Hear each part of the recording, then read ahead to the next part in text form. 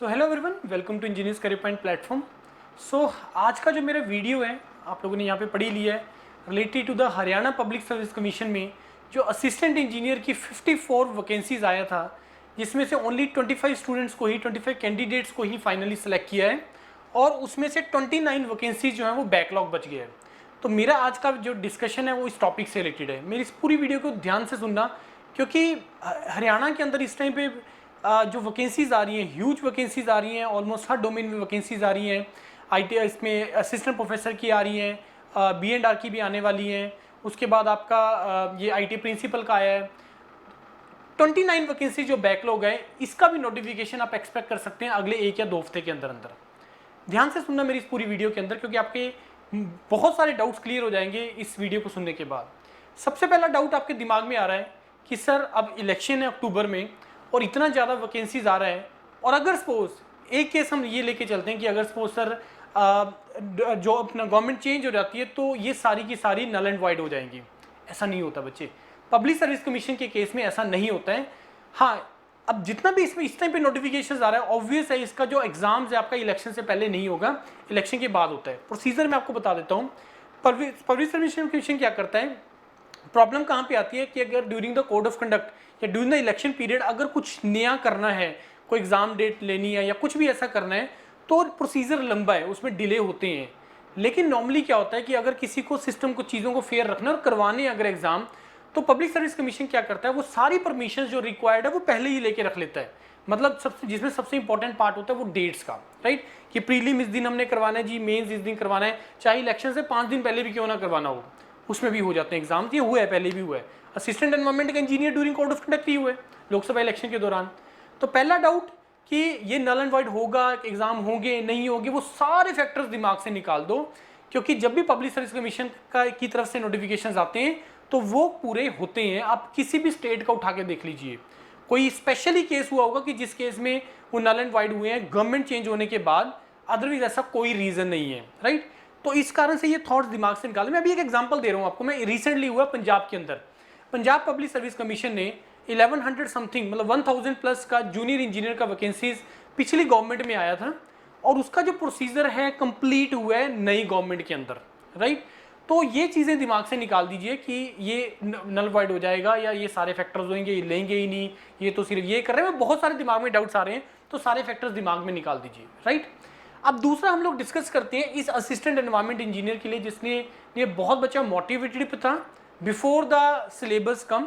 जैसे ही सिलेबस आया 70-75% लोगों ने हाथ हथियार ही डाल दिए कि हमसे नहीं होगा, सिलेबस जो है वो ये इसका हमसे नहीं हो पाएगा। दूसरा आप लोगों के दिमाग में डाउट आया मेंस को लेके, और हाँ, दूसरा इंपॉर्टेंट पॉइंट मैं इसको डिस्कस करने से पहले आपको पॉइंट में करना चाहता हूँ रेस, कि आपको मेंस को लेके बहुत ज़्यादा डाउट होता है।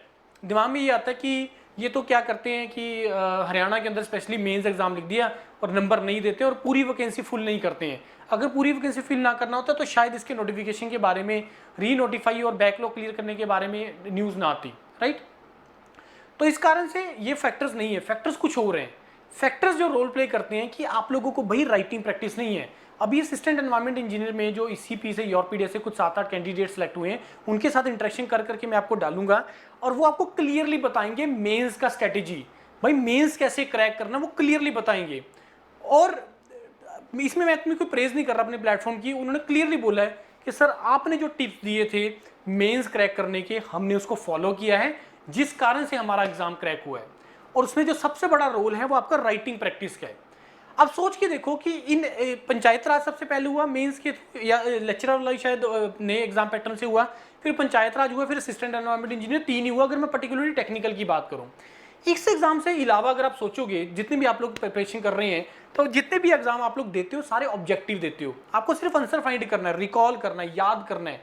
लेकिन सब्जेक्टिव के अंदर क्या हो रहा है, मेंस के अंदर जिसमें आपको सब्जेक्ट नॉलेज वो चेक कर रहा है, उसमें आपको चीज़ों को लिखना है। आपको जितना मर्जी नॉलेज हो, जितना मर्जी आपने चीज़ों को पढ़ रखी है, लेकिन जब आप लिखने की बात करते हो ना, जब आप लिखने बैठते हो तो नहीं याद आती है, नहीं आप लिख पाते हो चीज़ों को। इस कारण से राइटिंग प्रैक्टिस करना बहुत ज़्यादा ज़रूरी है।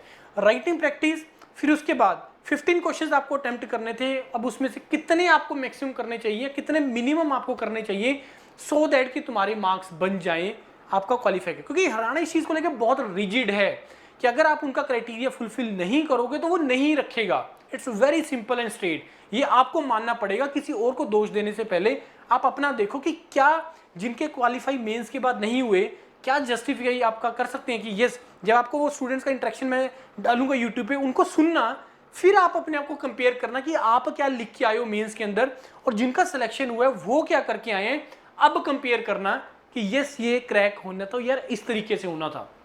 और ये आने वाले जितने भी एग्जाम्स होने हैं, इरिगेशन का होना है, ये आईटी प्रिंसिपल का होना है, असिस्टेंट प्रोफेसर का होना है, B.Ed आएगा उसका होना है, तो सारे मेंस तो होने ही है उसके अंदर।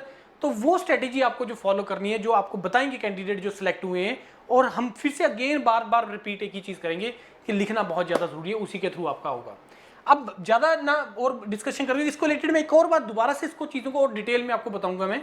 अब बात करते हैं इसका 29 वैकेंसी से।